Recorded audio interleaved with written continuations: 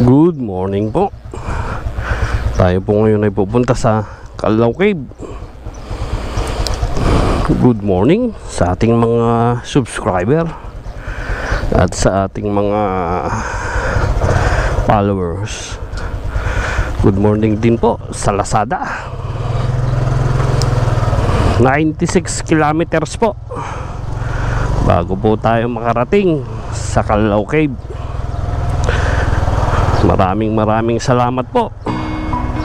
At pindutin nyo na po ang bell para updated po kayo sa aking mga video. Maraming salamat po. Dito na po tayo sa bayan ng Munlig. Shout out po sa lahat po ng kuwan dyan sa Rojas Isabela, sa aking bayang Sinilangan. Shoutout din ho kay Honorable Mayor Totep Calderon. Sa lahat po ng mga Calderon, shoutout po. At sa public market ng mga RTW,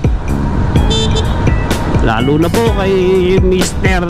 Edwin Villano. Yan po. Shoutout ho kay Mr. OTM Puts Ariola at kay OTM Darwin. OTM, pagaling ka. At kay CBN na po, shoutout. Aming taga-Tuy Isabela, God bless kinyayo amin. LTO ho na nadaanan ho natin kanina. Maraming salamat po.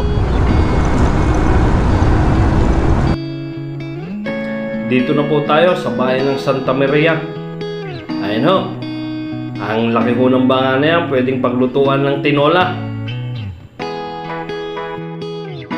Brad, ito ko pag naan pa Kabagan, shortcut, dire-diretso lang ata. Paka dire-diretso lang ata. Dire-diretso lang sa may tulay ka dada, sa may maliit na tulay. San Pablo. Tingnan yan, panak namin Calao Cave eh.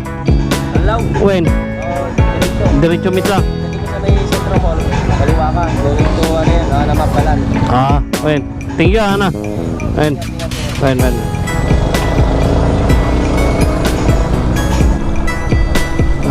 Yan po yung tulay na ginagawa po. Yung tulay na to sa ilalim yung daan. At medyo hindi ho ina-ISO yan, kaya ganyan. Ito po yung tulay na yung nilagay ho nila rito na bakal, malalambot, kaya hindi po pinadadaanan itong tulay na to. Ayan o,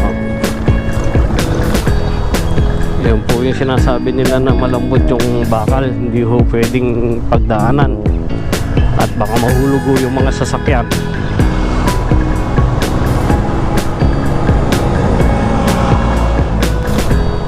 Yan o, sayang po yung ginastos dito.